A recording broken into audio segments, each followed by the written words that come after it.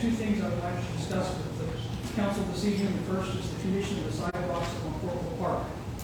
I have a 93-year-old mother-in-law who currently lives with me and utilizes a walker.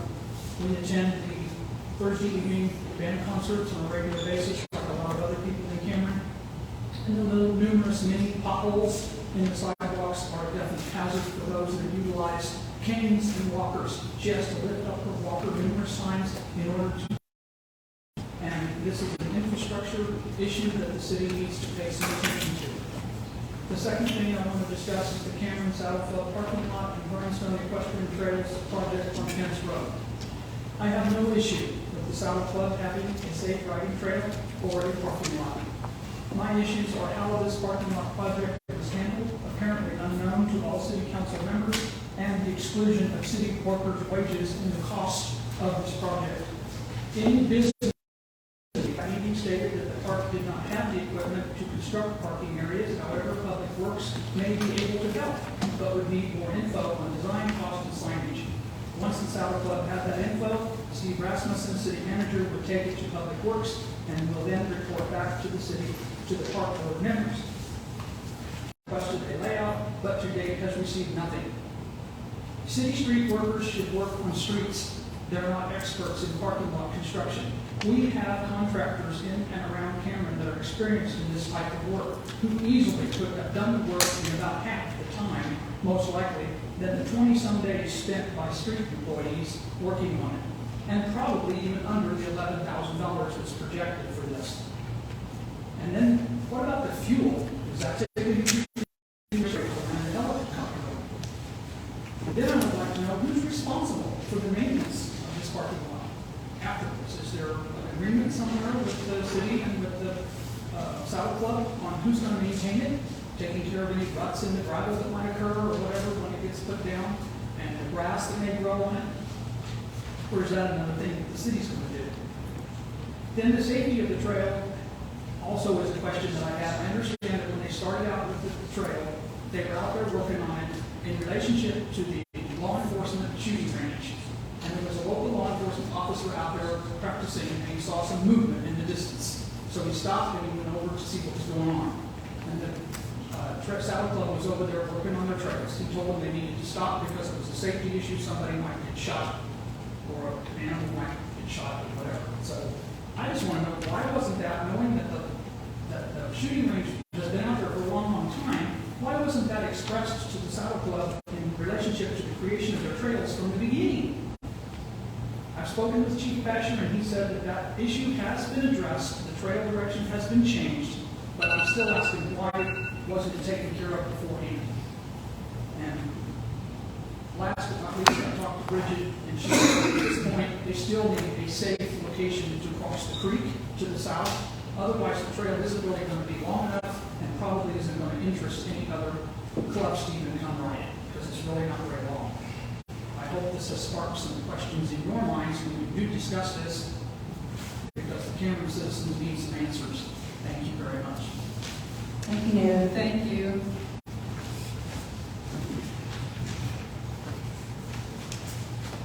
Please speak in the microphone for those, please.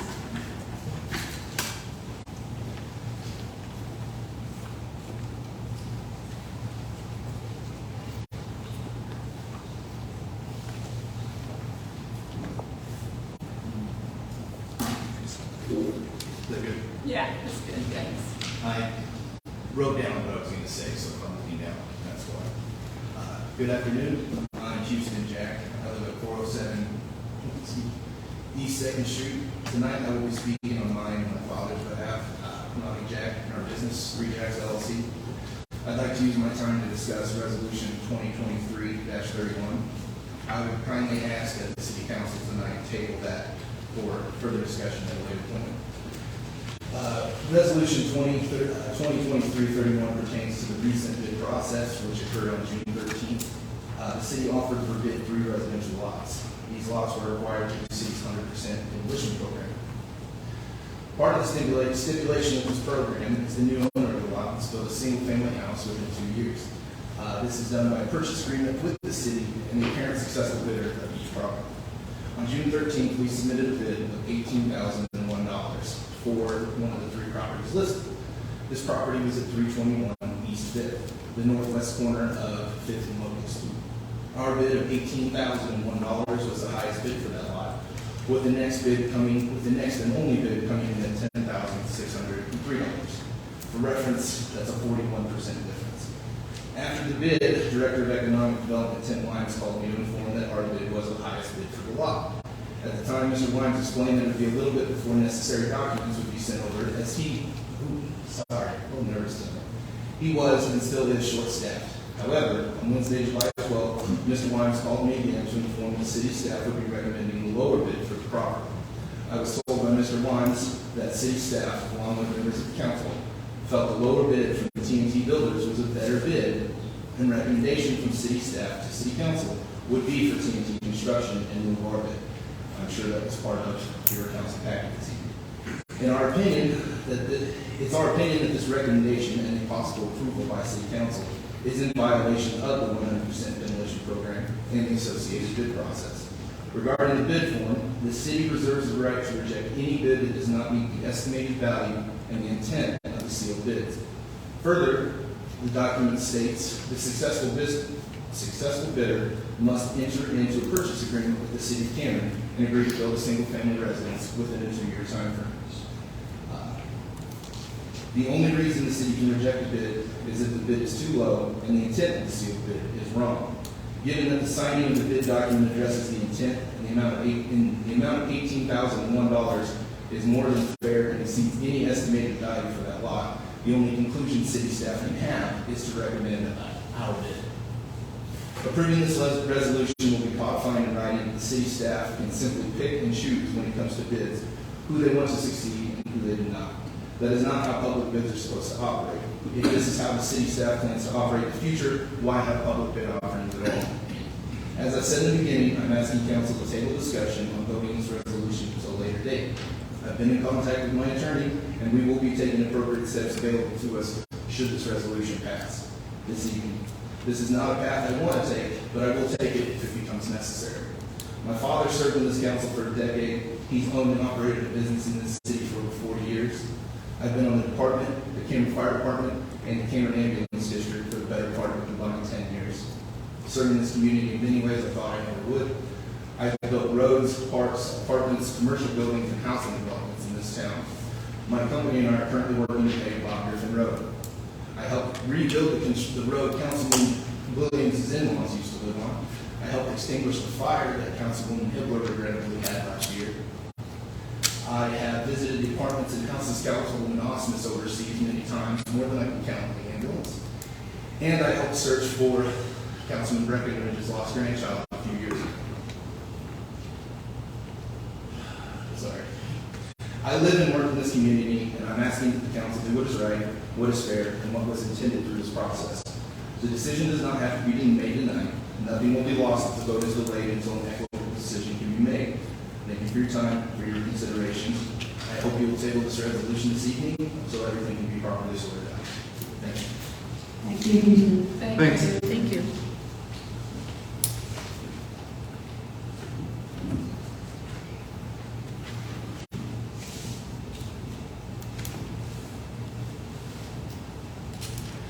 Are there any others?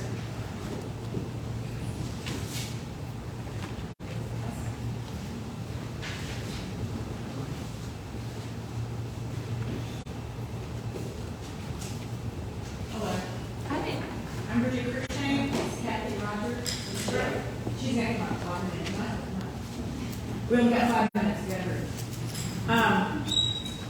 So several years ago, the city approached the Saddle Club and asked if they would be interested in putting in trails at the Grindstone Reservoir. At that time, the Saddle Club was made up of people that like to show horses and do rodeos, and they declined the invitation. So a few of us trail riders decided that it would be fun to get the club going again, because they kind of quit doing anything. We wanted to get going again and see about getting some trails built at the Grindstone Reservoir. So we approached the city a couple years ago, and they were all in, especially because we were going to do all the work for free. Matt Arndt made up a map. Steve Gard was very helpful too. Whenever we had questions, we would that we had, Steve Barber help us with the answers. And he met with us a few times, gave us encouragement. Linda Dunaway, who's sitting back here, and her husband made up a proposal for us, and we proposed it to the city, and they approved it. The Saddle Club purchased a DR mower, which is a walk-behind brush hog, and we went to work. We have approximately 5 to 6 miles of trails to build. Some on the north side, some on the south side, and we probably have 3 to 4 hours of riding. And so we decided it was time to invite the public, but there's nowhere to park. We park either at the outhouse or at the dam, and you can only fit probably 4 trailers at the outhouse and maybe that many at the dam. So in our proposal, and this was written on November 19th of 2021, and it states, one concern that we have is the availability of horse trailer parking. We would ask for the city's assistance in determining a favorable location, which we did, for a suitable parking area, and as well as maintenance that may be required, hopefully including a gravel base, end quote. We determined that Pence Road was the safest place to put the parking lot so that trailers could take C Highway 36 and enter on the safe crossroad like Nate had said. The parking lot was to be 120 feet by 300 feet. And from what I see out there, that's what it looks like it is. I know it looks, they've terraced, they've leveled, but the actual parking area is that size. In talking to different people, I understand that the dirt work that they've done is to help with erosion, like they've terraced it, they've taken off the topsoil, left just a clay base, and I think this will probably save money in the long run. At least it'll keep us from coming back and begging for more dirt work and more gravel if it's done properly, and we don't have to, it doesn't wash away every spring. The other problem that we're facing is with the shooting range on the west side of the property. We were told that we have to stay out of gunshot range of the shooting range. The only place that we found across the creek is near 36 Highway.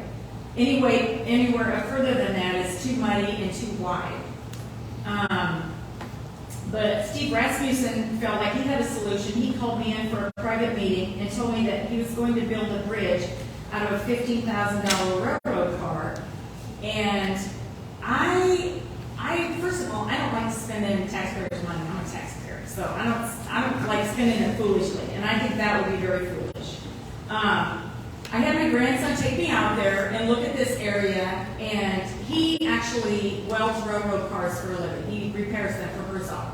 He said it would take 3 railroad cars, but he would be glad to give the city a bid on welding them together. So, I knew his name. So that's $45,000, and then we haven't even included the road that you would have to build to get the railroad cars to the creek. So, plus a crane or whatever. I don't know how you plan on doing this. But there's a huge safety concern too with trying to get horses to cross a creek on a railroad car. We don't do that. So none of this sounds like that idea. And as far as the shooting range, I'm going to let Kathy talk because she works with law enforcement and she knows more of the ins and outs of that. My name is Kathy Rogers, and I live in Gallatin, so I can't say that I pay taxes in Cameron. But I am in Cameron about 4 times a week, and I am buying gas, I am buying food, and working my dog out here. So, I do have friends in law enforcement. I've been in law enforcement for about 48 years now. I worked for police department, worked for highway patrol, and also Davies County. So, as I talk to individuals with more knowledge than I have about the gun range, they are all very familiar with Cameron gun range. As long, and everyone that I have talked to has stipulated, as long as we're standing back, or riding back down behind the rock quarry, which is where we put our original trails, and they go down all the way to 36. And then, actually, yes, we were out there working one day, and there were a couple of Cameron PD officers that did come out and visit with us, and their idea was to come down around and go out and road ride north on Hedge Road. Okay, To get around to get around the government, which we're willing to do. And I don't think anybody is more safety conscious than we are. We love our horses, we kind of like each other. But we would specifically like for the police department to work with us and come and show us where they think the most safe place is for us to work on these trails. Because we don't want to get in their way, and we definitely don't want to get shot. And so that would be my request, and my suggestion is, there's 800 acres up there, I think we can work together, and we can get these trails built. And I have ridden trails in Missouri, Iowa, Arkansas. This is really an excellent opportunity for their area. Like I said, I'm down here 4 or 5 times a week anyway, but I am buying gas, I'm buying food. This, I think, is just for the community is going to be really well worth the time. And my concern is the safety. And I just would like to work together and see what we can get worked out so we can build that trail and get across that creek and go back around to the dam. And we pretty much got most of it. So we can get grants to help with the parking lot, but most all of your grants are going to say established parking area, established trails. So that's why we'd like to get these established, and then we can work forward for our grant money to help us take care of them. But we're perfectly happy with taking care of the maintenance on the trails and the parking lot. All right. Thank you. Thank you. Thank you for coming.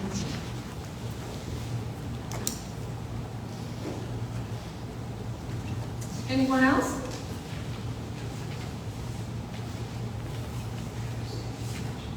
All right, and we're going to move forward. Next is the consent agenda. Shelley. Item A, motion to approve the minutes of the June 2023 regular session. Item B, resolution 2023-29. A resolution authorizing the city clerk of the city of Cameron, Missouri to destroy certain records in accordance with applicable retention schedule. All right,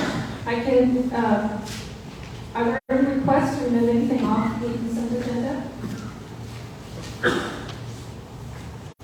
If not, then I entertain a motion to pass the consent agenda. So moved. Second. All in favor? Aye. All opposed? It passes. 4 yes, 0 no. Next, we'll do the city manager's report. Steve. Oh, yes, and you know what I looked at? I missed that. I wrote that.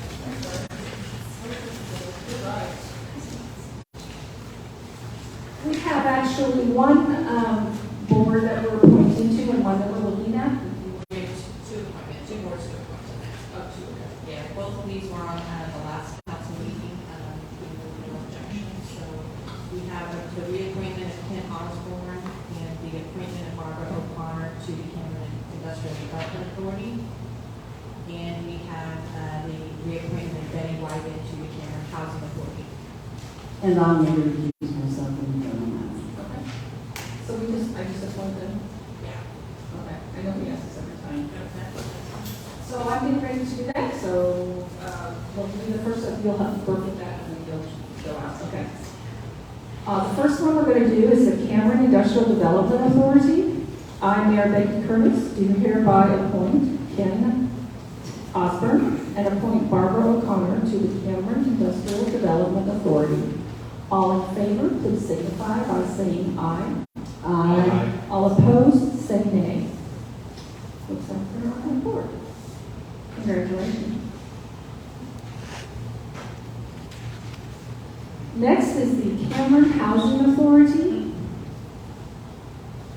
And you've already discussed who that's going to be? Yeah, it's the reappointment of Betty Wyden. Okay. I, Mayor Becky Curtis, do hereby reappoint Betty Wyden to the Cameron Housing Authority. All in favor, signify by saying aye. Aye. All opposed, say nay. It passes with 4 ayes and 0 nays and 1 abstention.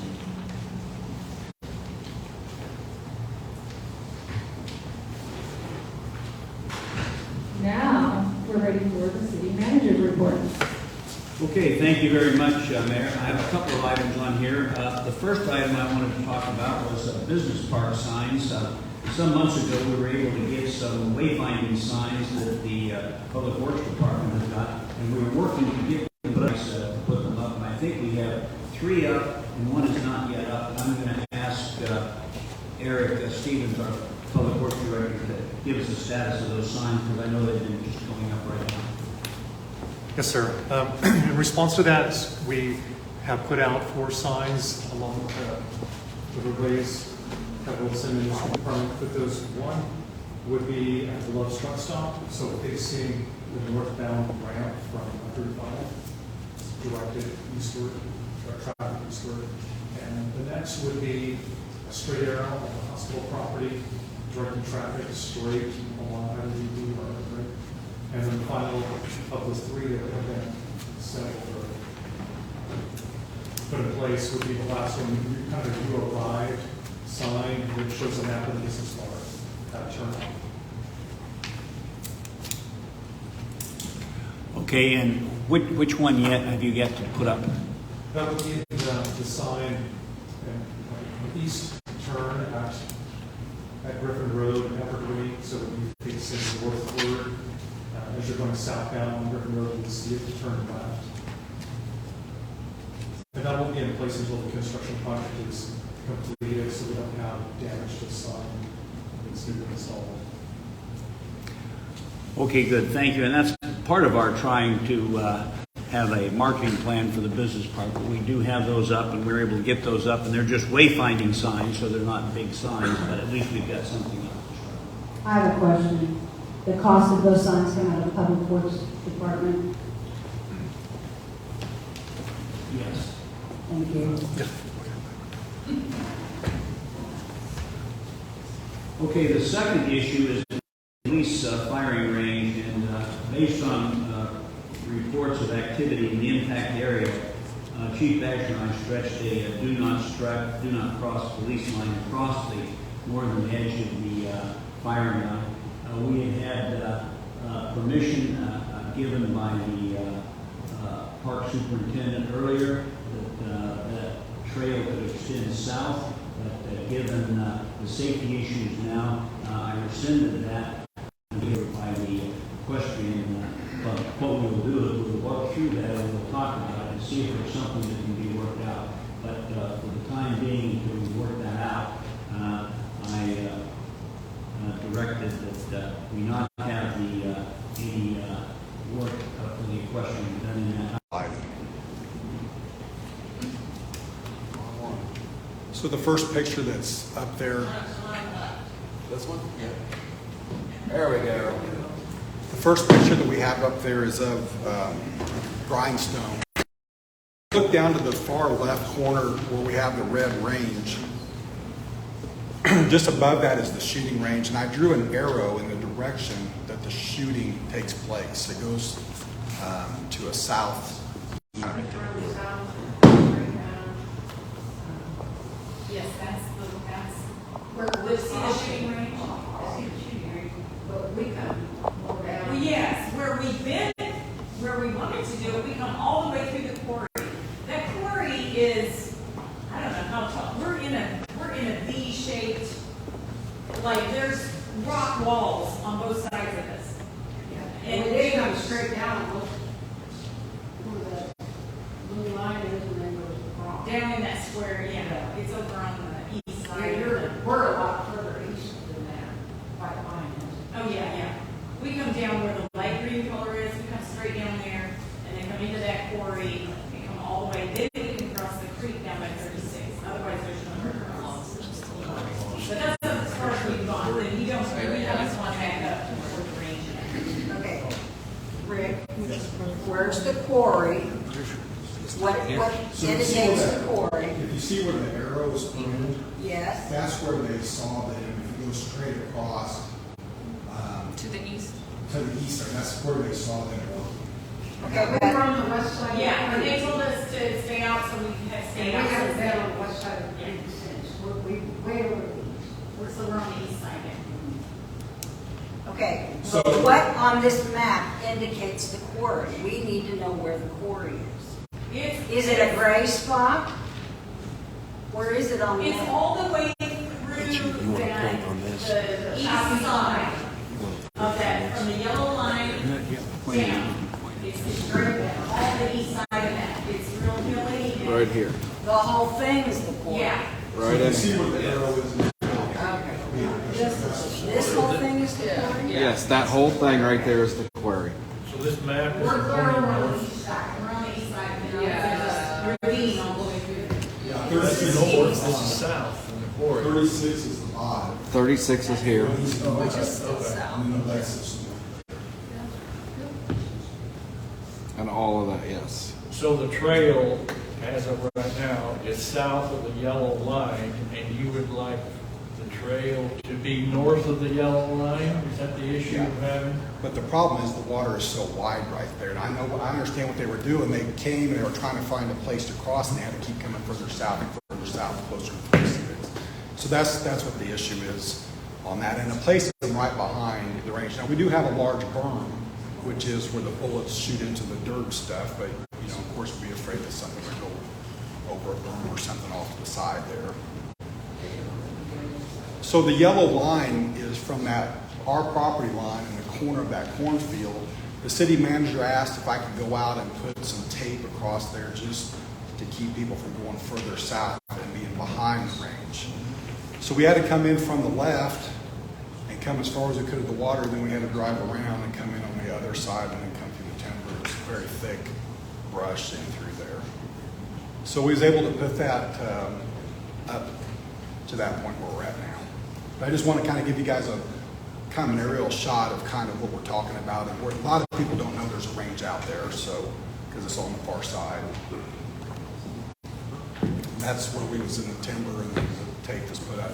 Extremely temporary for right now. Of course, you want something more fixed moving forward with that. Could you go back to the map again? And I wanted to go back and clarify that I don't have those bridges to put up there yet. But what we had been talking about before is putting bridges like that off of the spillway from the dam for the walking trail for the one that we were building. But we had not yet got the bridges there because we didn't have any bridges across the spillway there on that lake. And so we were talking about getting some of those railroad cars to put across that. And one of the suggestions would be that perhaps we could use the same thing across the southern trail there to get across there, because it clearly can't be gotten across as it is. We don't have a solution for that yet, but we'll have to talk about that to see how we can build a trail and where we can put bridges, and see if we can do it maybe in conjunction with the bridges that we're putting around the other trails. So we're working on that right now, but we don't have that answer yet. And we'll go back to the Parks Board and we'll ask what they would like to do on that and how we might be able to solve this problem. You guys have any other questions for me on that? Thank you very much. This is a very educational, thank you. Keep those up on that name. And I'll also say to the Saddle Club, good job. I like what you're doing. We just have to kind of work. We hope it's not all for naught. No. Come on together.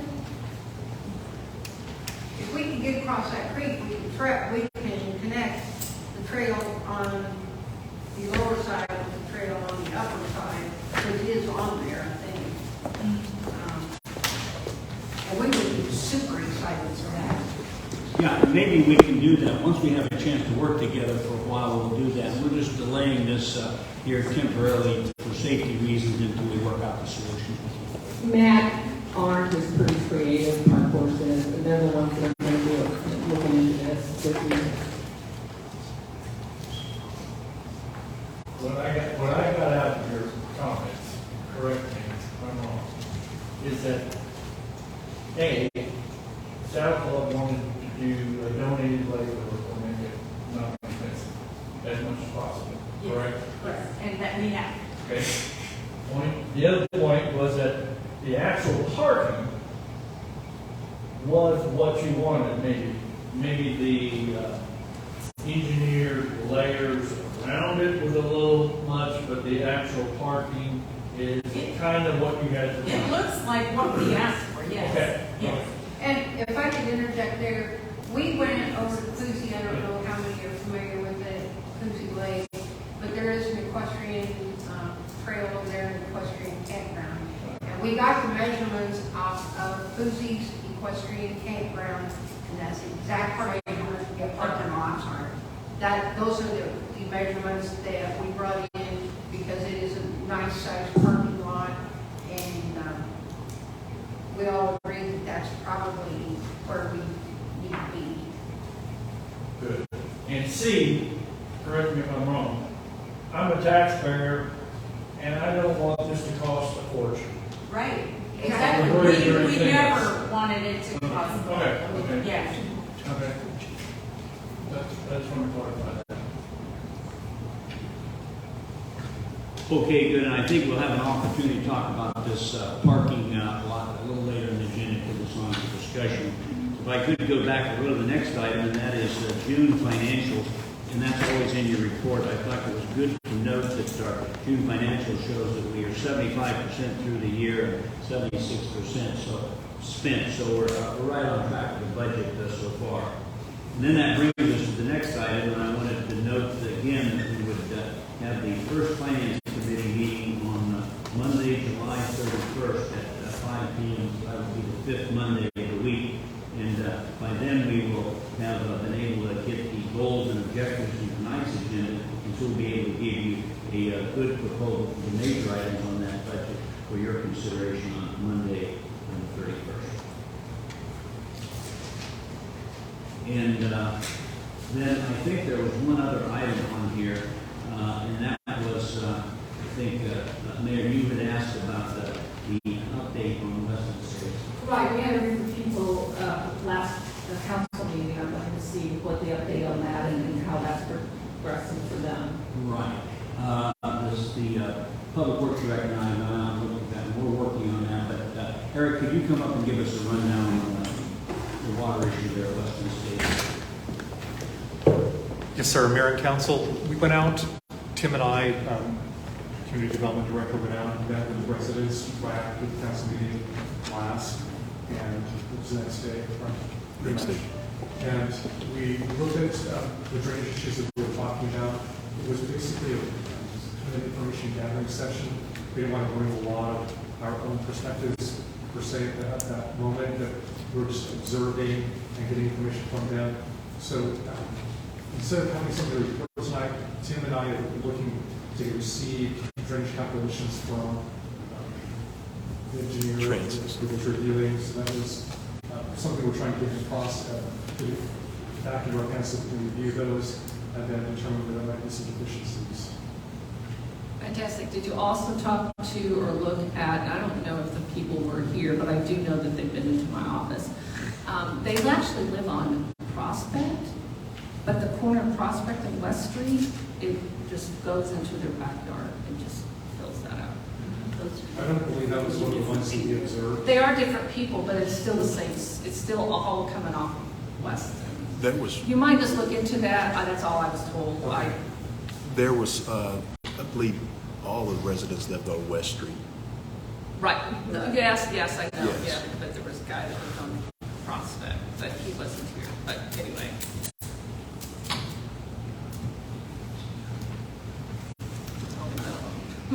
Okay, good.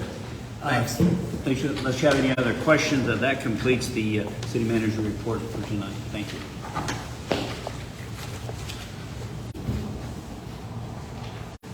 Since we have no unfinished business, we will go to new business.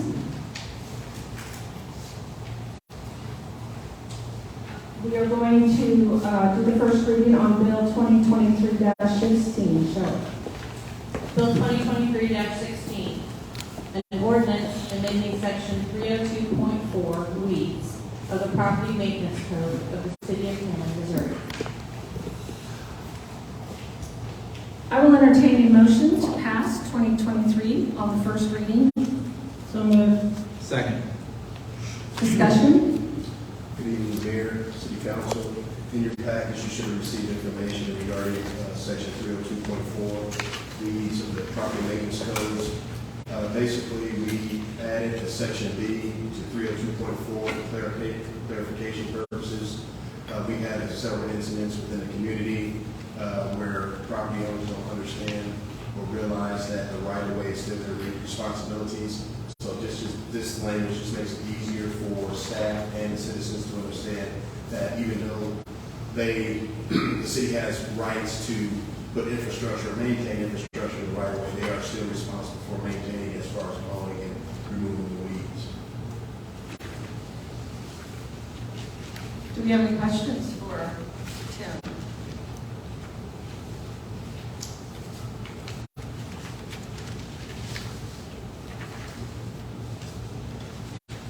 I'm glad you're doing that, by the way. That needed to be done. It wouldn't hurt to also talk about the city trees that were planted in their right-of-ways that they're not taking care of. Yes, that is also part of the responsibility of the property owner. Is that being discussed in that? No. I mean, it talks about maintenance, but, that is considered maintenance, a maintenance issue. Like if you got an overhanging tree in the roadway, we can enforce the property owner to trim back or remove the dead or noxious weeds in the right way. I would just note that the ordinance does specifically call out that it shall be the duty of those responsible under this section, meaning the abutting property owner, for the maintenance of the private lot to include maintaining the tree along the grassy area. So it does include trees.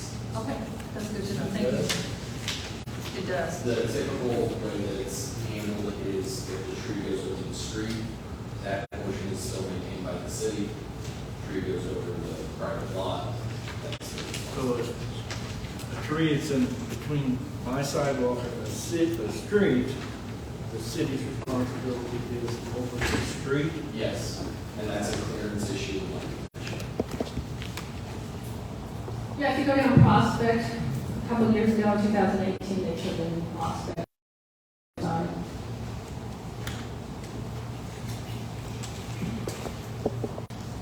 Say aye. Aye. All opposed? Passes 4 in favor, 0 opposed. I take your next one. 5, did I say 6? No, you say forward. I was trying to get to see who. All right. Next, we have a first reading for a bill, 2023. Bill 2023 to R3 multifamily residential. I will entertain a motion to pass Bill 2023-17 on first reading. So moved. Second. Discussion? Again, you guys should have received information in your packet regarding a request for 316, 318 Oak Street rezone classification. That did go before the planning and zoning on April 10, 2023 for a public hearing. At that first meeting, there was a lot of opposition regarding the request to zone from R2 to R3. After that meeting, Steve Grubbs met with a representative from Missouri Quality Care. I know that the property has transferred ownership to Missouri Quality Care, and I talked to one of the representatives from Missouri Quality Care. They did not wish to proceed with the rezone petition. This is a housekeeping deal. We still have to bring it before City Council for information purposes. So do you just want us to set down all of them? Yes, just move it down. All right. All those in favor, say aye. All those opposed? Aye. Aye. Aye. Motion fails. Strange. 0 yeas and 5 nays.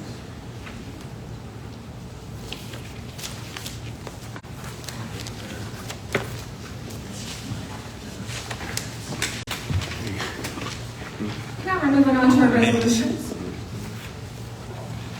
Our first resolution this evening is is Resolution 2023-30. Resolution 2023-30, a resolution approving the 2023 goals and objectives for the city of Cameron, Missouri. I will entertain a motion to pass Resolution 2023-29. So moved. So moved. 30. Second. Discussion? Thank you very much, Mayor. We had our strategic goal meeting on May 10th, and we ended up with 16 stacked rank items.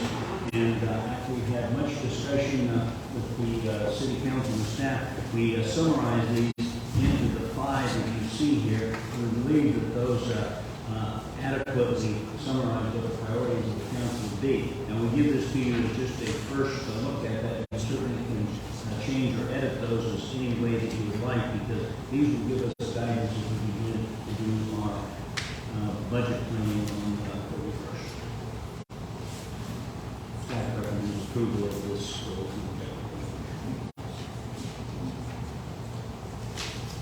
Well, I have a comment. As much as I would love to use this money for the public works dump truck, that as I started thinking more and more about it, I talked to Steve about it, I don't know if I talked to all the city council about it, but we can actually, staff, help me out if I'm incorrect on this, but we can actually do a bond on that, correct? If we have to. I'm not much into bonds, don't get me wrong. Yes, there is the potential to finance a few of this purchase. Okay, so this ARPA money, as I started realizing, is something that can be used on a lot of other things that we cannot bond. And so therefore, to me, this $200,000, I would like for the city council to actually think about it and maybe take that out and let's talk about it. Because it was just suggested at our finance meeting or our meeting, and it's in here. So the only thing I suggest, with the approval of the council, is to just take that out and let's discuss it a little bit, because we really never did discuss it. That's the only thing suggestion I have. Maybe one way we could do it, we just say expend approximately $200,000 for the public works dump truck, period, and then we can figure out how we're going to pay for it later. I don't know, guys. Well, does the $200,000 go against our bond limit? Or is No. this different? No, lease purchase is not technically Okay. bonds. So this is different. People call them bonds because it's easier, but no, it's not part of your debt limit. Yeah, right. I'm okay with it. I just want to discuss. I'm not saying to take it out, leave it out, I just like for us to discuss it. I'm sorry, Alan, what did you say you approved? I said I was okay with the minimum language. That's okay. Do we need a motion to do that? I make a motion that we amend the language based on what city manager asked me to Consider say. the dump truck, you can say we're going to spend $200,000 on dump truck. No, I'm amending the motion, I second. Amending the resolution. the resolution. Yes, I'm sorry. Okay, so we have an amendment and a second. I need to know what the amended language is. Okay, what we would do is on item number 2 on capital improvement, the last sentence says expend approximately $200,000 for the public works dump truck, period, and eliminate out of the ARPA funds. That allows the council to decide where we want to spend. Are you all okay with that? So we do have a motion. Is there a second? Yeah. And then a vote on the subsidiary motion. So yes, we're going to take a vote on, yes, this is the amendment. Yes. All right, so we're taking a vote on the amended wording language. All those in favor of the amended language? Aye. All opposed? It passes 5 in favor, 0 opposed. Okay, now you need to approve the resolution. Now, let's vote on the resolution. All those in favor of this resolution, say aye. Aye. All opposed? I abstain. It passes, 4 in favor, 1 abstention.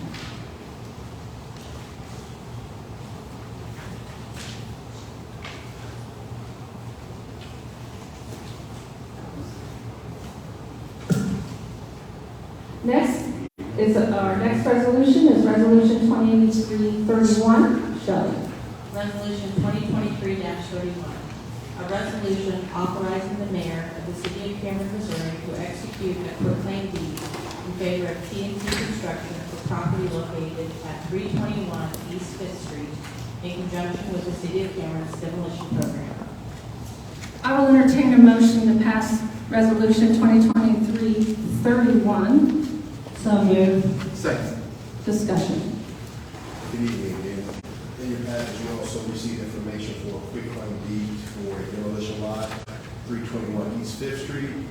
We did send that out to bid, 3 lots, only 1 lot, got 2 bids, 321.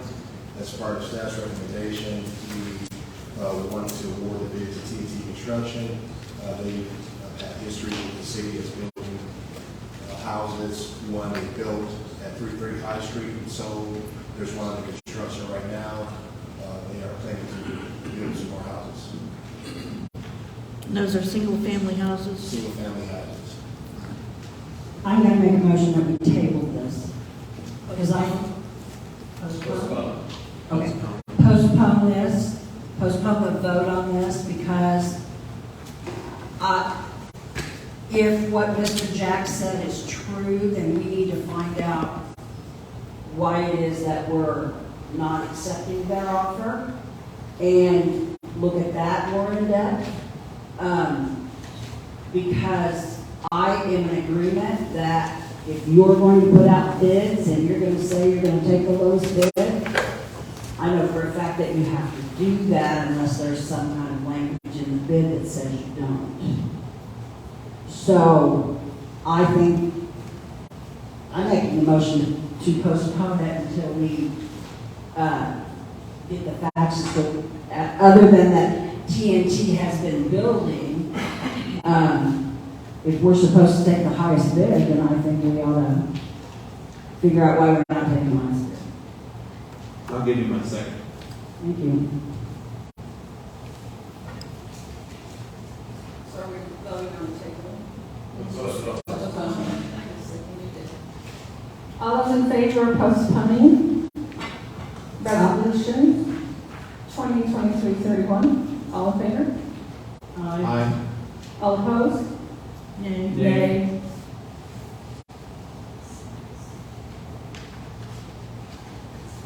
Are we back at discussion? Yes. Okay, perfect. We're back at discussion. Are you finished discussing your part? Yes, if you have any more questions. I have a question. Okay, as I understood it, it was either the highest bid or the best bid?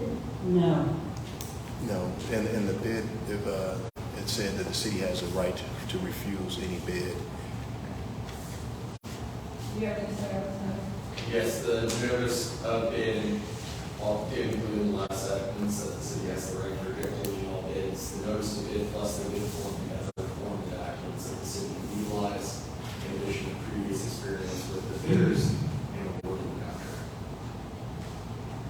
Okay, do the people, okay, so my question would be, I understand what you're saying, but do the people whose bid was not taken, do they have a right to know why or not? They do, but at this point, there's been no bid awarded. That's what we're doing right now. Well, we just, okay, so what we did is we voted to not postpone it. Okay, that's what I thought, okay. We're getting My ready. bad. We're getting ready to vote on who gets the award.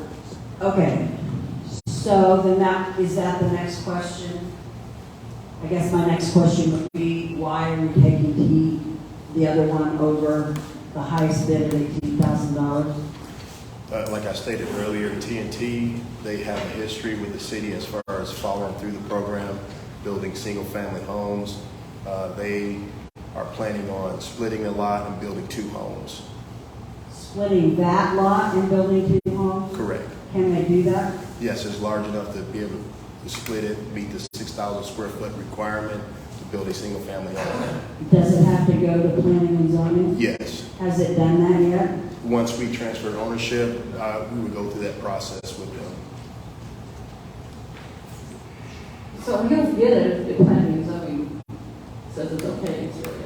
Okay, so the lot is big enough that you can split it and build 2 single-family homes. Correct.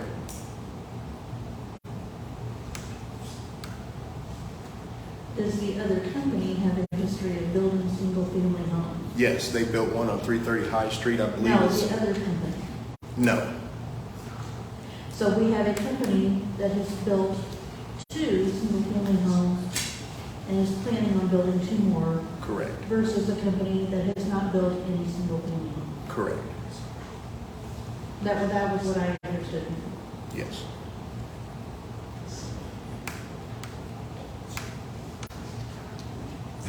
So we have any other discussions, any questions? All right, so let's vote. All in favor, say aye. Aye. All opposed? I abstain.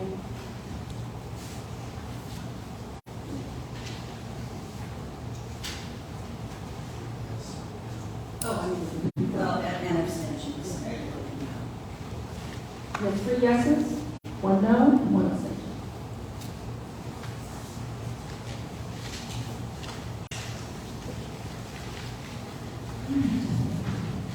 This brings us to our second participation, public participation, as before, from up front. We have 5 minutes.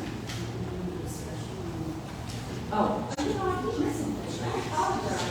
I thought we were already discussed that. Yes, that is next. All right, now we're doing a discussion on the history trail, parking lot.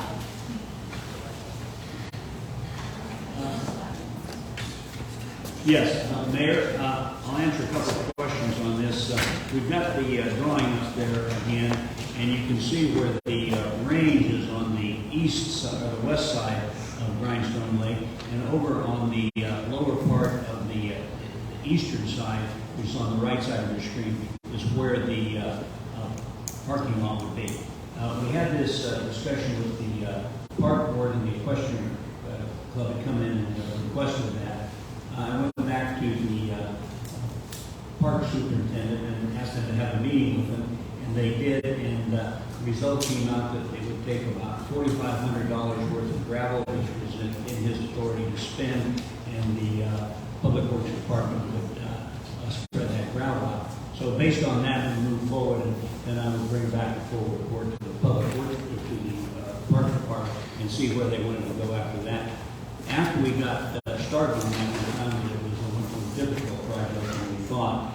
And I give the Public Works Department the high marks for wanting to do it right. But when we found out that it was going to be larger than that, I said to stop until we could go back to the Parks Department and see what they wanted to do. I'm going to ask Eric to come up and explain why it turned out to be larger than we thought and why they were doing it the way they were. I say I give them high marks for having wanted to do a proper job of it. It was, the construction was stopped because the council requested it to be stopped, correct? Is that right? Yes. Mayor and Council, going back historically, the Public Works Department has maintained the standard practice of assisting the Parks Department with projects such as the trails around Sunrise Lake. You see a history of that. My predecessors both have spent a lot of time out there. Recently, Public Works received a directive to assist the Parks Department with a parking lot and staging area at Grindstone Lake Equestrian Trail. Public Works agreed with the stipulation that the Parks Department would pay for all materials. Public Works would provide staff support. After receiving feedback from the new City Council, the Public Works Department immediately stopped work. Also, to break the precedent, the Public Works Department requested that this be the last shared project with the Parks Department. Per agreement with the city manager, any subsequent work done by the Parks Department would be done either by Parks Department staff directly directly or by outside contract with the private sector. This would allow Public Works to focus on executing its critical mission.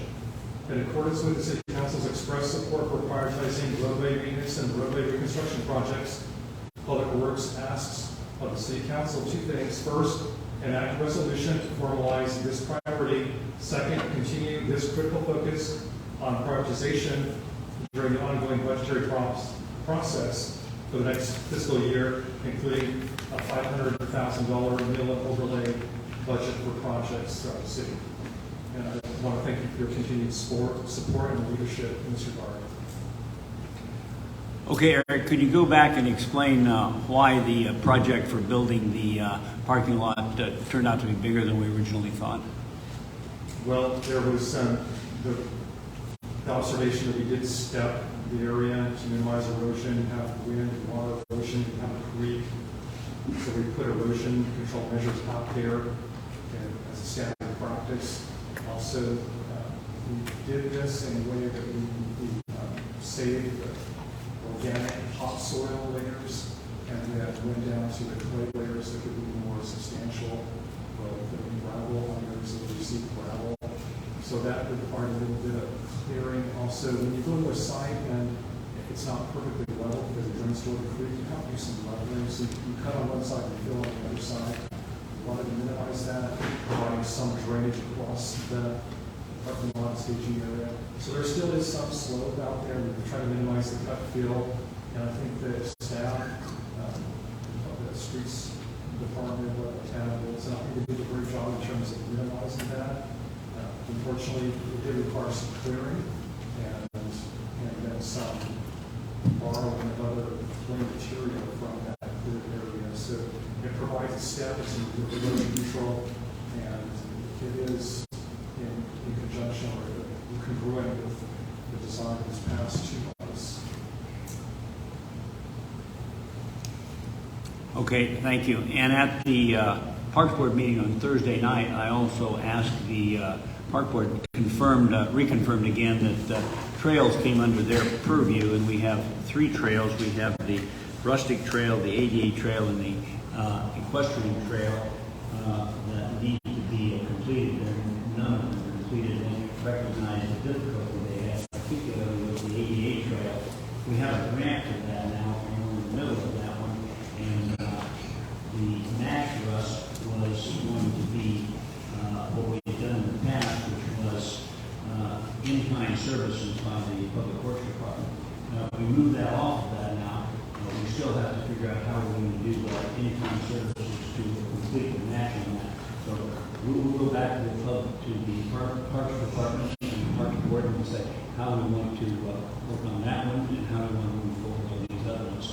Because the difficulty is that the good side is that the Parks Board can look at that, but the difficult side is they don't have any money to do these things. That's why in the past it's been done with in-kind services. So we'll go back and ask them how they would like to do that, and it'll take a while for us to figure it out, but by bits and pieces, we'll Okay, I'm going to jump in here because I think there's been a misunderstanding. I'm the one that asked for this to be put on the agenda. Alexander is the one that seconded it. First of all, Mr. Stevens, I commend you for wanting to do this job correctly because, like you said, and like the people from the Saddle Club said, the work that you guys did out there is probably going to make it easier for us to not have to come back and do more work every year, and every year. So, first of all, I want to commend you for that because you did what you should have done. Here's the misunderstanding that I think is going on. Okay. I have 2 concerns, and this is where I am going to voice my concerns. Okay. Number 1, we never plan anything to its fullest before we jump in and try to spend less than $15,000 to do it. And the perfect example of that is the RV park at the reservoir. That was one where it was not planned out well. It was not accepted by a lot of people from around there, and I don't even think that the council knew too much about it until it came up in a council meeting. So my first concern is that we never plan anything fully. What we do is we try to jump in and we try to take care of it for less than $15,000 so that there doesn't have to be council approval on it. If this had been done correctly and this had been planned the way that it should have been, and people had gone out there and looked at it, and I would bet money if you had gone out there and looked at it, you would have known exactly what needed to be done before the project even started. Am I right or not? Would you have known? I mean, you can talk from your seat, I don't. Well, I want to make sure that anybody who's hearing impaired can hear, because there may be someone present that needs that capability. Councilmember Asmus, the question was... It's Asmus. Asmus, sorry. I'll just say ma'am. Your question is regarding the scope of being able to... No, my question is, if we had made a plan on this to figure out how much it was going to cost and gone out and looked at everything that was going on out there in the area that we wanted to do it, including the shooting range, and found all of that out, first of all, I want to thank the Saddle Club, and I want it understood that I in no way am against them having what they want and what they need out there. This has nothing to do with that. It has to do with the planning of projects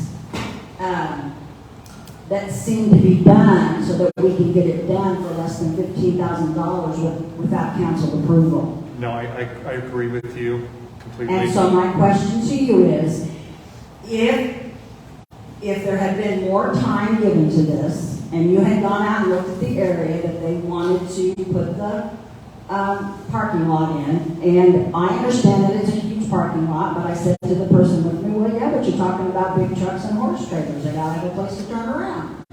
Oh, well, yeah, I guess that's probably right. You would have probably known with your expertise that it was going to need a lot more work than what needed to be done out there. Am I right or not? It is correct that looking back at this, we should have done a scoping and an initial planning, and then you go through you have the preliminary design, you go into final design, and then you go into construction.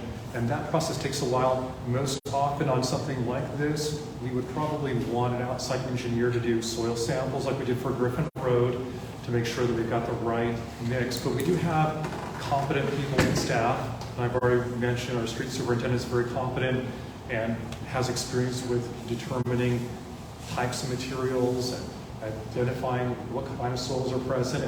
And when we had those discussions, I completely supported the concept that where we were moving forward. And, going back, even if it cost us more money, the end result would probably be a better product.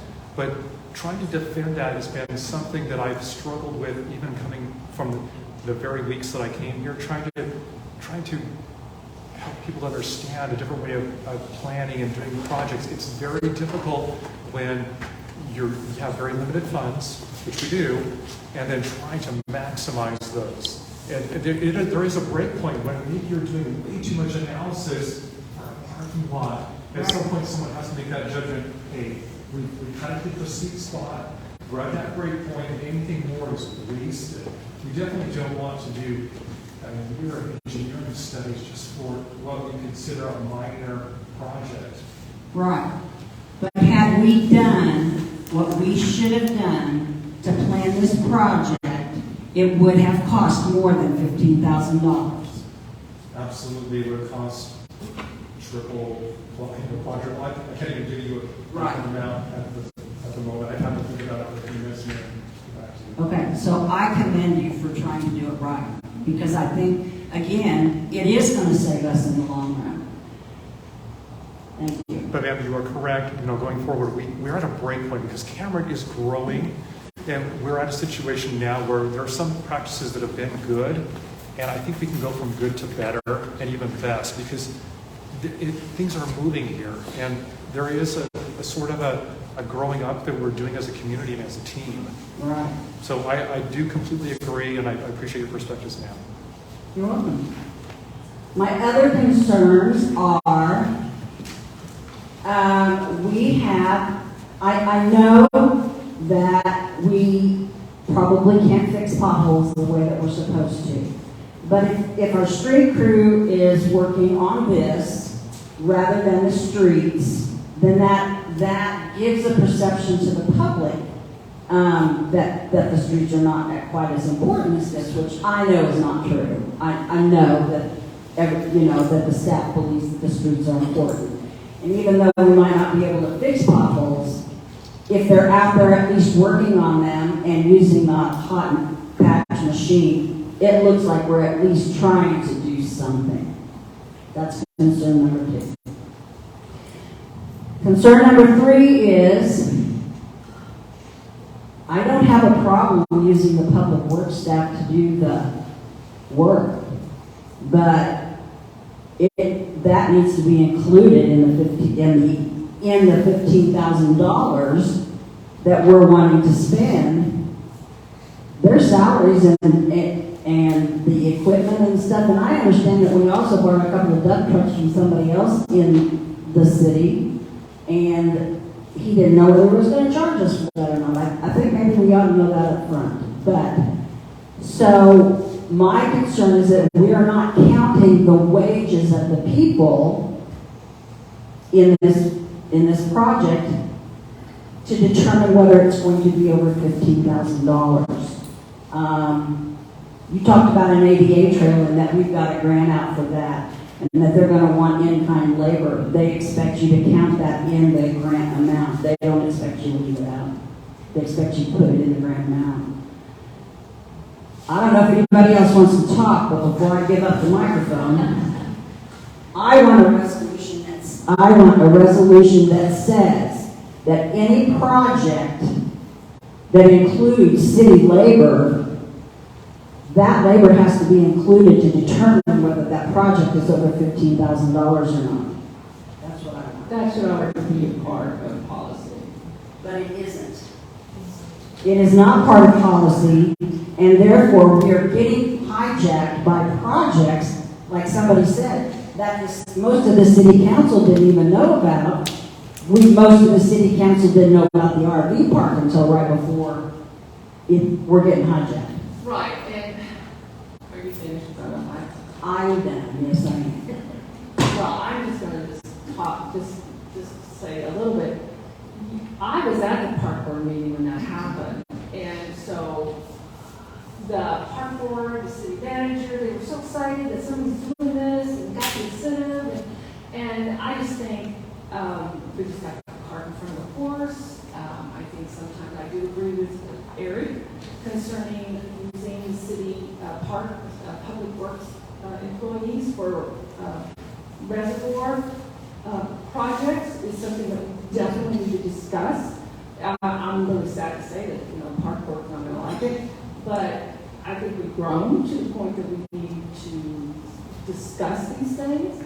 So I think it's to follow with what Julie was saying, for whatever goes on in our city, it'd be kind of nice. In the past, just like you just go straight, just go do it straight with parking lot. I mean, that's what my dad would have done in the farm. We parking lot and straight. So I think we're past that. Eric definitely doesn't do that. So I think that we are also starting to understand a little bit more of the situation that we're in, and I appreciate that. I appreciate everybody speaking up on this. I do know everybody's intent was genuine, but I do think that we probably need to do that. Anyone else? Yeah, how much of that equipment is not ours? Eric, I think, didn't we borrow some equipment for that one piece of equipment?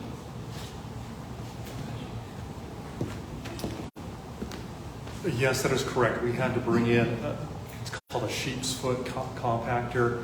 Basically looks like a bunch of baseball, football cleats essentially around a cylinder. And it was a cheap thing it's a drag behind, kind of a tow behind thing.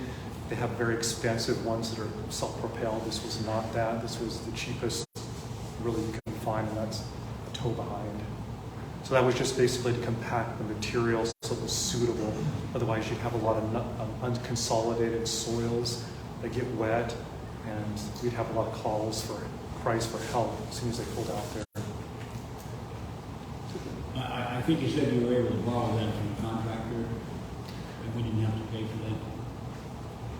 I don't have an answer for that in terms of whether there was a rental fee associated with it or there was borrowed. I don't Okay, well, that was the information we I'd have to go back and look at the records to find out if there was a charge on that one. Well, if there's not, if we're borrowing it, that opens more questions for me, because I don't know about anybody here, but I wouldn't let the government borrow my property. You're on my sleep. We'll have to get back with you, sir. Okay, thank you. And Mayor, I'll go back to what you said about the work in these projects. We'll have to go back to the park board and have this discussion, because if we're going to have the park board then pay for these projects, time and labor and money all has to go back into it. And we'll have to go back to the park board and we'll have to figure out how to do it. Because we've got, in this case, 3 unfinished trails, no money to do it. We'll go back and figure that out. I remember when the trails were first being formed, there was a lot of discussion in our community about taking them off of our streets to make those trails. I'm glad they're there, I enjoy them, but the way in which we did it then and the way we need to do it now need to be different. So, will we have a resolution at the next meeting? Or do we have to vote on that? Well, I don't know what the intent of the council is with this resolution. Is it that no city staff managerial position person may assign their employees any work that might exceed $15,000, or? That's not mine. I mean, okay. No. What my intent is, and I don't know about the rest of the council, because I really have nothing told. Okay, so the city manager has the right to spend up to $15,000 without council approval. I think if he's going to spend $15,000 on a project like that, it ought to include the wages. But so your purchasing policy only applies to products and aftermarket services. It doesn't apply to the employee's time. Because if we were to draft something, if I were to try and draft a resolution that says that, any project greater than $15,000, including manpower and man-hours, that would mean that for a lot of like Eric's resurfacing projects, those will all have to come back. Most of all of Zach's water and sewer projects will always have to come back. All the in-house ones, that sort of thing. So that's where we're trying to draw the distinction. Well, I understand that, but then as it turned out, this project was going to be more than $15,000 anyway. So then where does that leave us? So again, this is not quite sure what the question is, but under your guys' purchasing policy, which was adopted by the council in 2019, the $15,000 authority only applies to products that you purchase or services that you contract out. It does not apply to internal wages and labor. Let me ask you this, though, Patrick, and I understand exactly where we're going with this, because what happens is, when we go back to the parks is going to want us to do some work for parks projects. We need to include the cost of the laborers in that when we go back and put a project cost together. I understand that, and Eric said that he wanted the council to say that. How many people have the right to spend up to $15,000 without council approval? And without council approval, it has to be in the budget. How many people have the right to spend up to $15,000 without council approval if it's not in the budget? No. Except for you? No, it has to be in the budget. I I don't spend money on anything on the budget. Was this in the budget? Well, yes, because that was something that the Parks Department wanted to do, and the Park Superintendent thought he had the money in that to work on the trails, and working on trails and lake amenities was a high priority for the council, so he felt that that was justified within the budget. Oh. That's where we're gonna pass it, huh? Okay, I'm done. Well, I think obviously there's several different points here. Politics of the previous council might not be the politics of this council. There's an issue with, Speaking in the microphone. there's an issue with the park board under their authority.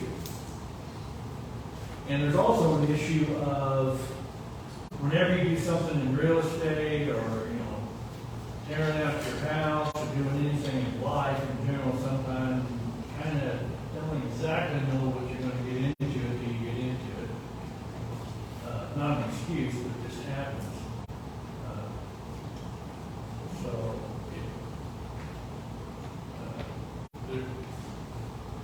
Obviously, we could tighten up the communication a little bit, and I do agree with Councilperson Osmus about somehow we've been doing the free in-service labor for years, and nobody seems to worry about it for the last 25 years.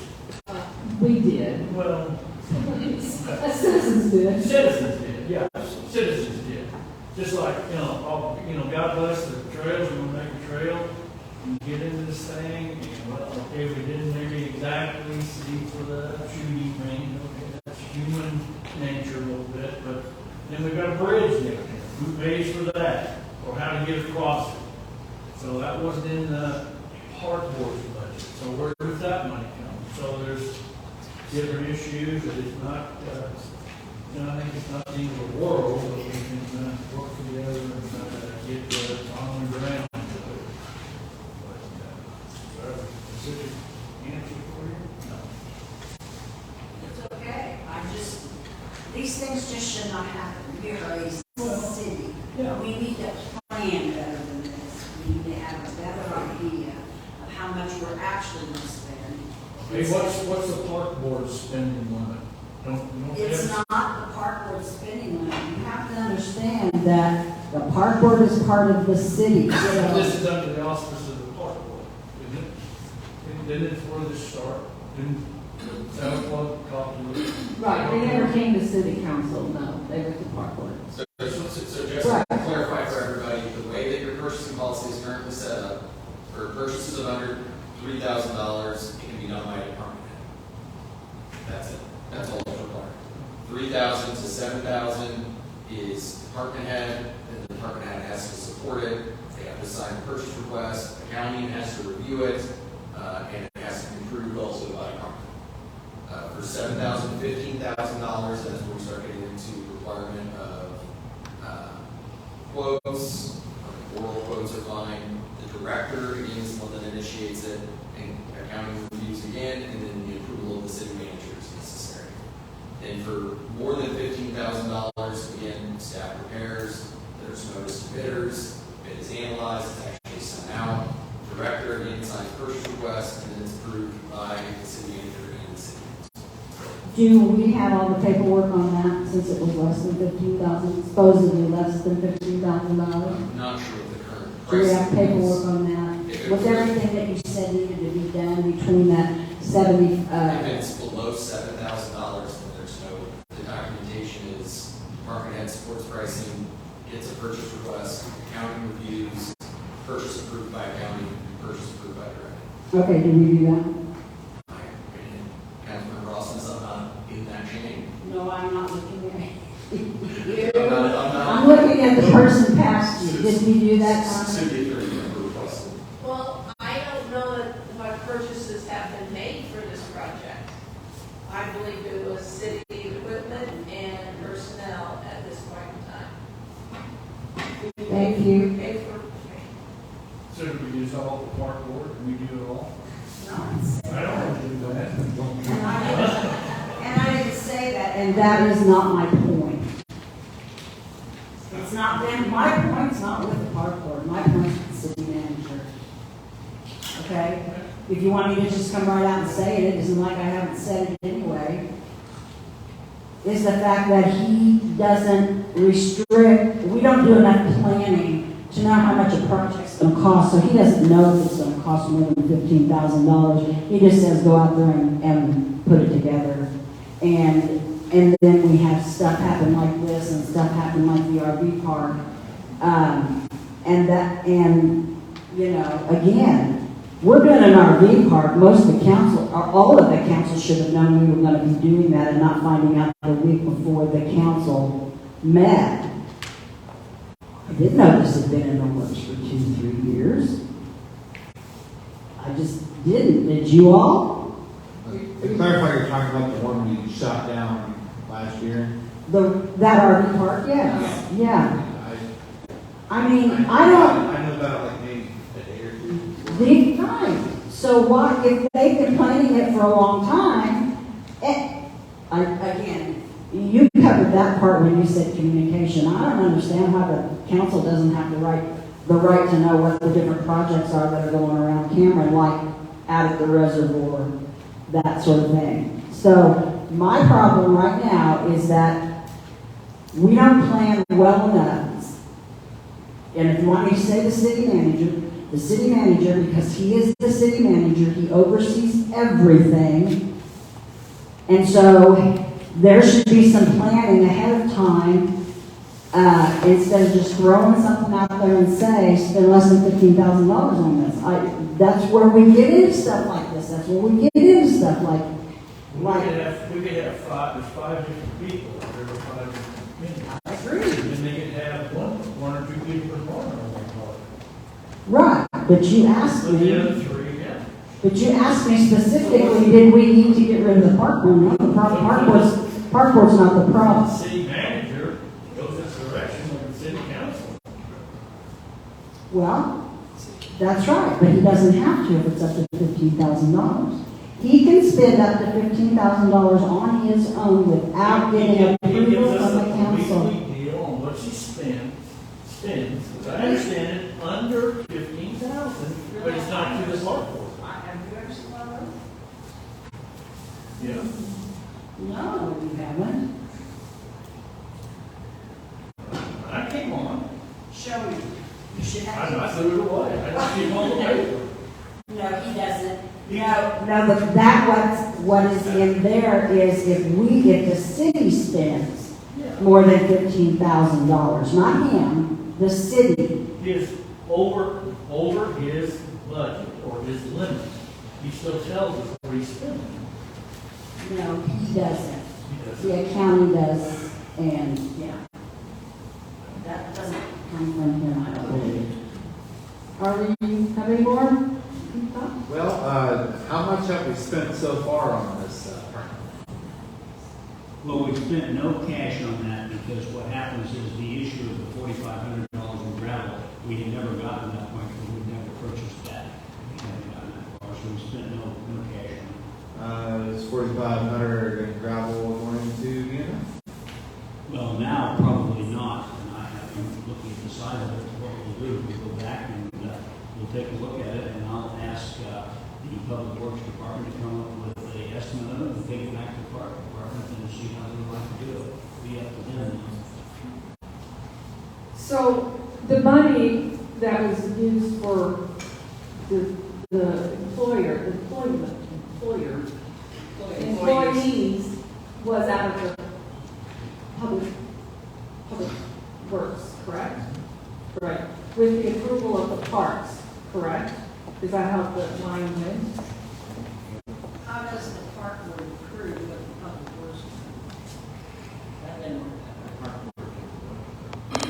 The park board agreed to do this, to have it done, and then Steve gave it to Steve Gar to talk to them. And your people. Is that how this works? Aaron, how did the Public Works staff get involved in this, please?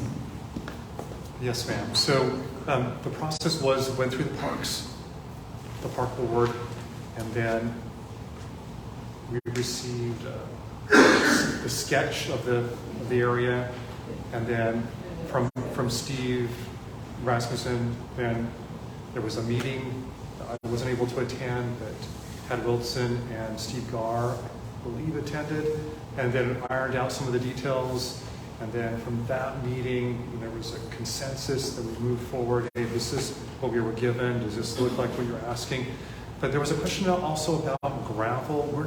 There was never an intent to gravel that entire area. It would be too much. So the gravel would just be on the highly traveled part, kind of a loop, and the rest of it would just be compacted material, because we don't have enough money to gravel that entire area. It would be way beyond usefulness. So when you say compacted material, what do you mean exactly? The native clays that are in that area. So when it rains, it's not going to be usable there? Except for that highly, the loop area that would have gravel, that area will be rock, will have rock, and will be, ideally it will be able to withstand the vehicle weight during rain. But you know what happens around here from time to time, we have to maintain, so that there is an element of maintenance that goes with anything that's constructed.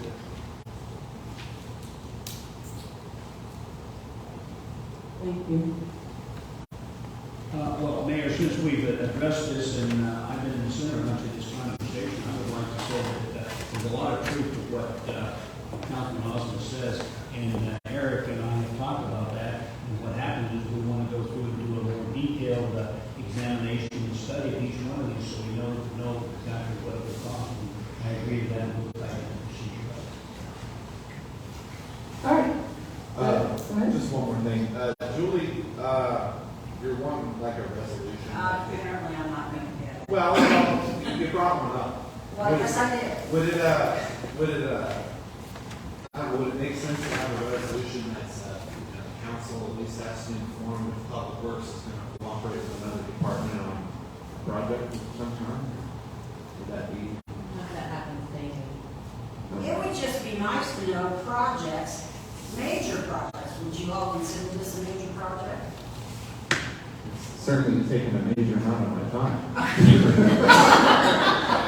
Let me start out. Would you consider the RV park a major project? Not what they presented.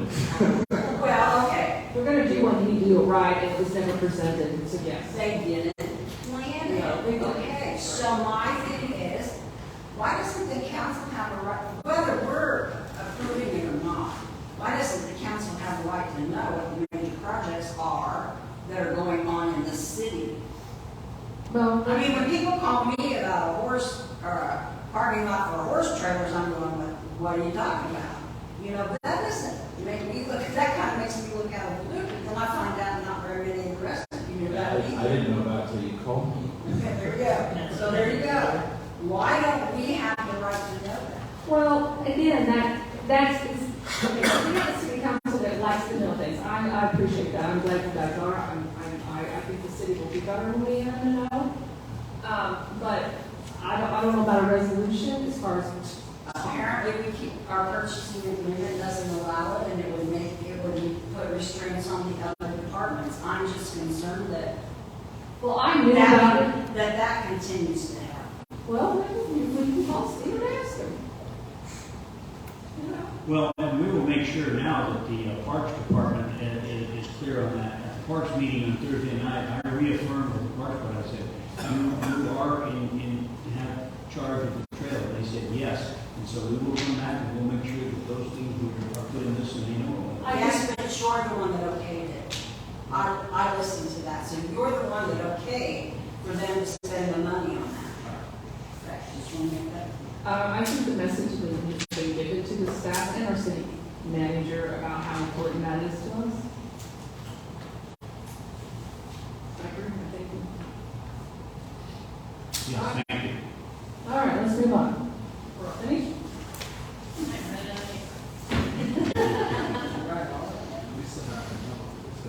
Yeah, I almost ran into it and forgot all this stuff we just went through. All right, we're up to our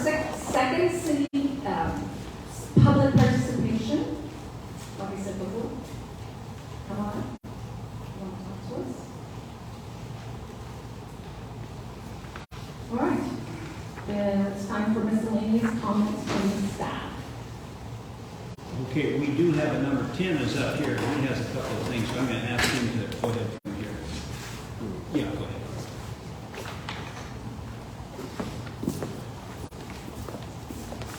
Just wanted to update council on a couple of things that you had directed us to do regarding, one was regarding the. Little closer to the microphone. Can you hear me now? Yes. All right.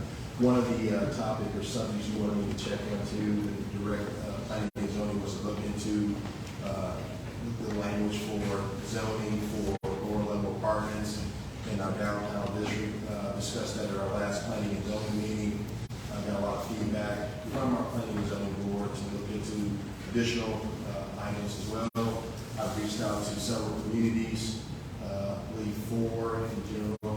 They have a ordinance that will prohibit first floor apartments. So I'm going to be looking at all that information, drafting something up, and going to public hearing at our next planning and zoning meeting. As you all know, public hearing is for public comment and also a chance for the board to comment on the draft that I put together. So there may be some in-between time where I'm tweaking the language and bringing it back and getting it just right. Once I get the green light from planning and zoning, I will bring it back to city council for adoption. So there's a process that we have to go through. If I get it right on the first go, that's great. We can bring it back as quickly as possible, but I just want you to there's some leeway as far as communication back and forth. So what do you think the timeline is at this point, possibly? Maybe. I mean, you've already been to planning and zoning, and Yes, now. that was for discussion. Oh, so then they have to go back and. For public hearing, Gotcha. and then. Then they send it to us. Well, if I get, if we get the language just right. If not, then I have to tweak it and bring it back. Okay, now I understand. So it may be early September, late August, The second meeting in August is the 21st. We've kind of penciled that in as our goal to do that. I would love that. I'll try my best. I know you will. I know you will. I'd love that. And any other questions on that? The next subject item was 112 East 3rd Street, damaged building.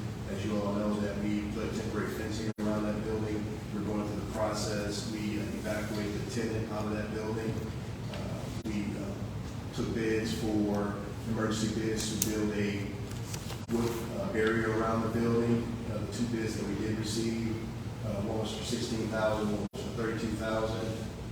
So that's a smaller footprint compared to what we have up there around the 3rd Street, other 3rd Street buildings.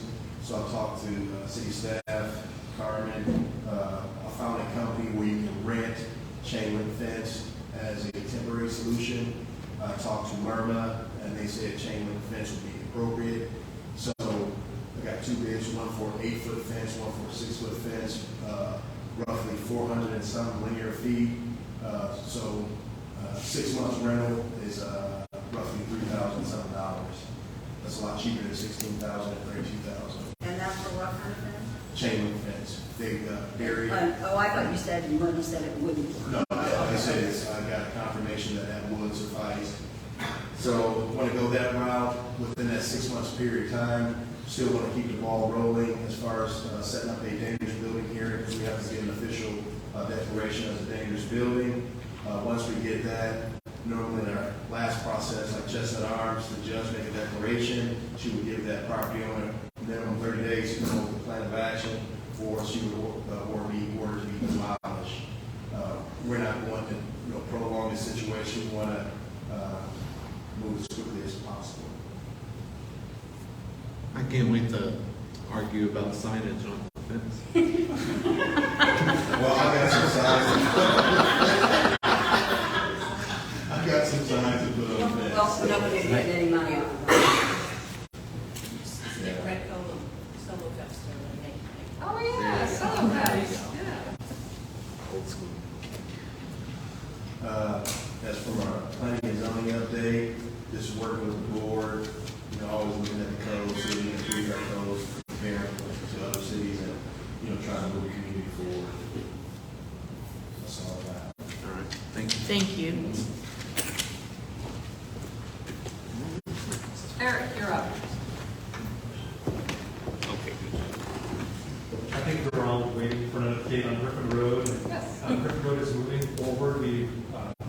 CT Excavating out of Cameron is mobilized and are in the process of doing rough grading.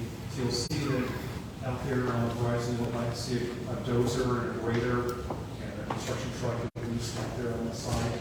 So we should be able to complete this like on schedule for the most part, and should be able to complete by the end of August.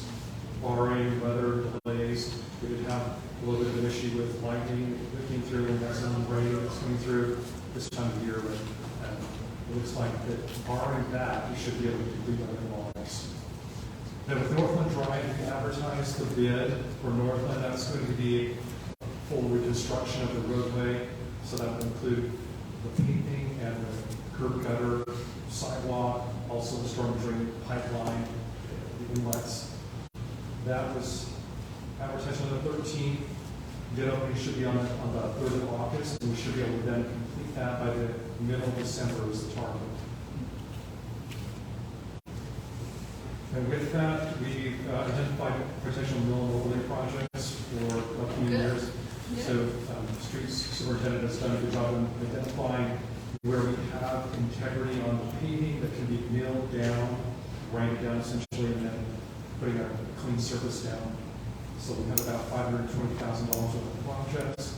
If we don't have money for all of that, we'll find that sweet spot where we can afford, and then we would have to then look on the horizon. But this is a window that kind of disappears if the pavement degrades to the point where mill and overlay is no longer effective or appropriate.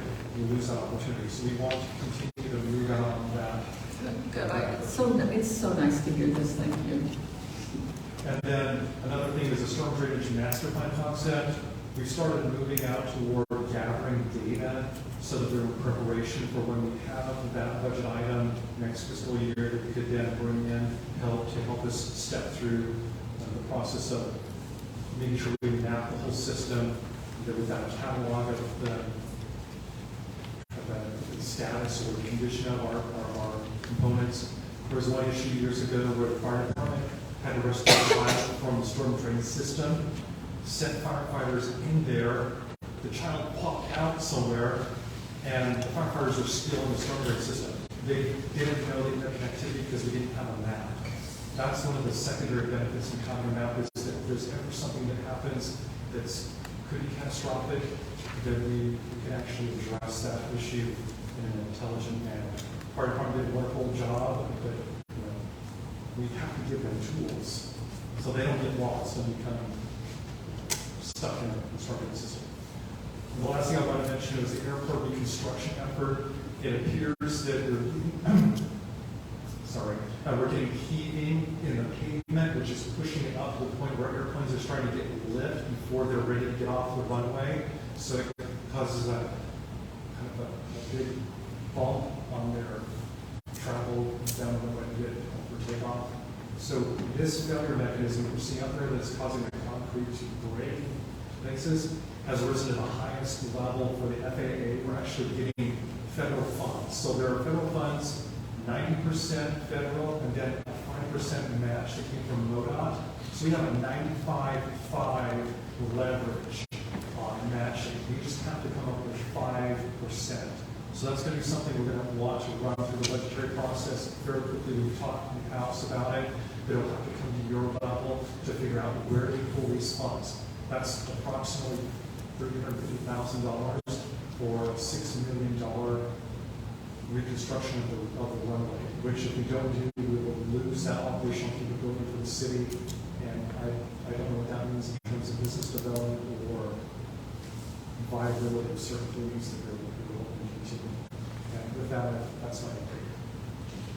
Well, thank you. Yeah, thank you for that.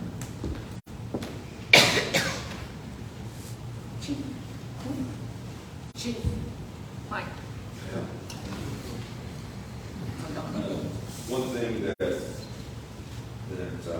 we've been working on for several years is the Highway 36 public driven CID and the improvements at that intersection.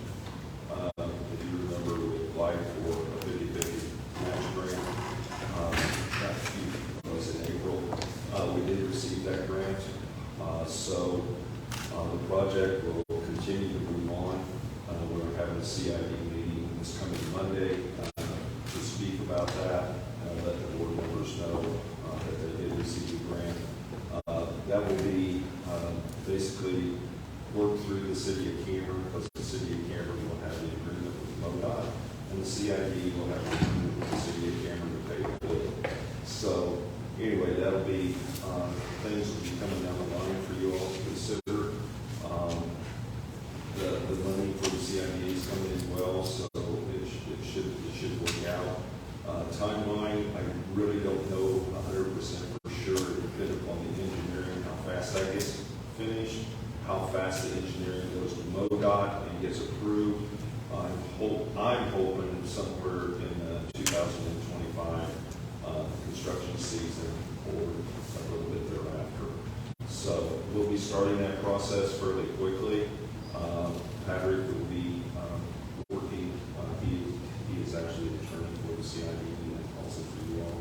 So we'll be working that out and get it going. So the engineering firms, Bartlett and West, they're already online and ready to go. So that's big projects coming at us. We have a lot of years in the making, and it looks like it's going to happen. Oh, very good. Good news. Thank you for your work in that. Chief.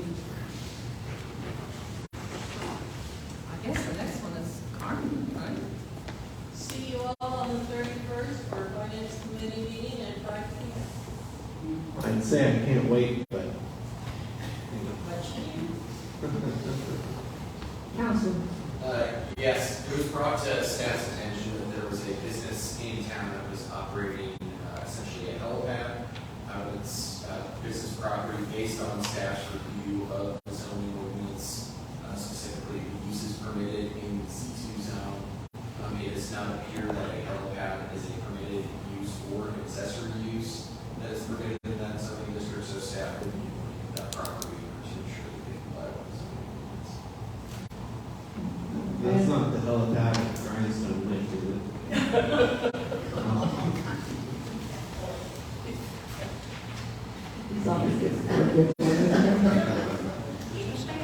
If there's anything that you see that the city needs to do, let us know. I'm sure you will. Shelley. We have two meetings. City Hall's currently a little short staffed, and we do have people that we have on vacation next week.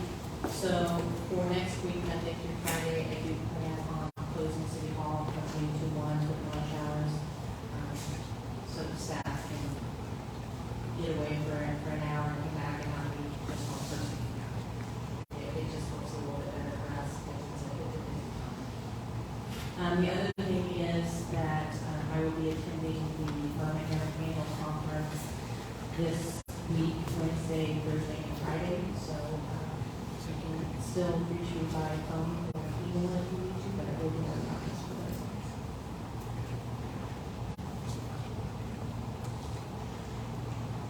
Councilman, awesome. I think I said no. Councilman Booker.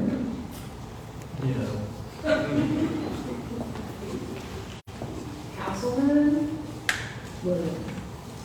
Oh, I love to talk. So, first of all, thank you to everybody that came out tonight. It's just good to see that people care enough to be here. Second thing, I had actually three things and I forgot one. So the last one I'm just going to say is that at around the end of June, there was a woman who was wanting to jump off the bridge going over 36. And I don't know where she's at nowadays, but she's still alive because our police officer, Proctor, talked her down and saved her life. So that's just something that our first responders do every day, and I'd like to thank all of you, and I'd like to especially thank Officer Proctor for his work.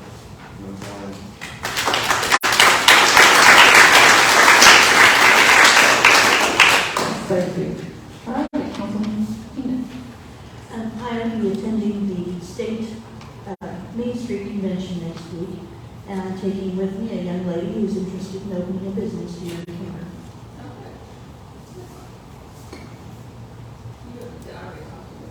Yes, you can remind you. All right, I only have a couple things. First of all, I will honestly say it has been a tremendous tremendous pleasure to be a part of the LeBrand's 150th anniversary of our community. That was just so, yeah, we had a lot of depth to it. They've done an awful lot in our community as far as be there, and their history is really interesting, starting with Dr. LeBrand. And they did Thursday night at the park. They funded that and was a host to the ice cream. So it was a tremendous pleasure to see all their families and the community that came out. And actually, I was there Monday and on Saturday, and they did say they had a really good week, so I was glad to hear that. God bless our businesses. I also have been, this last weekend was putting together what needs to be said in the Welcome to Cameron publication the city puts out and Pride in Progress.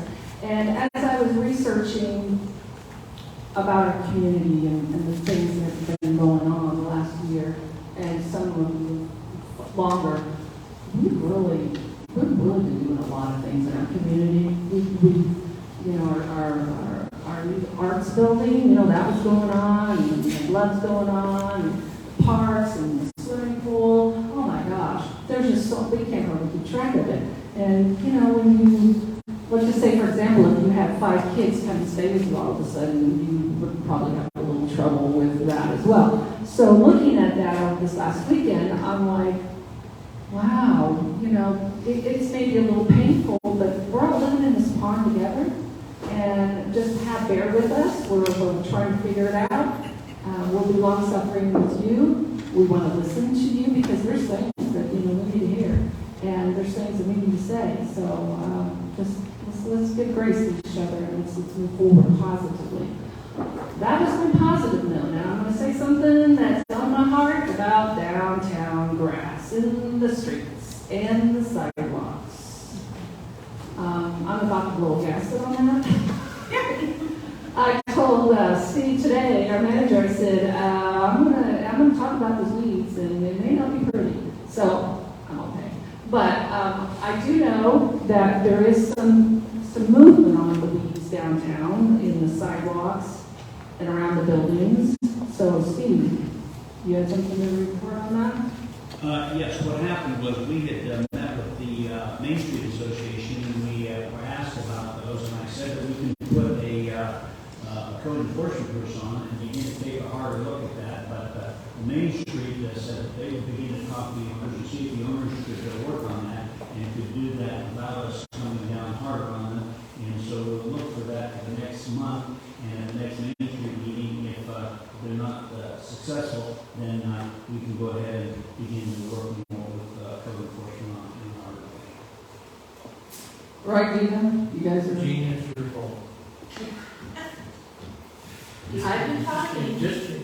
Well, I will say that it is the business owner's responsibility, and I'll come and help.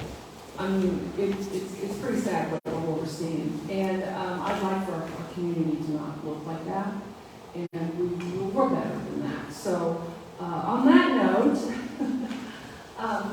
we don't have an executive meeting tonight, correct? So I would entertain a motion to adjourn. Second.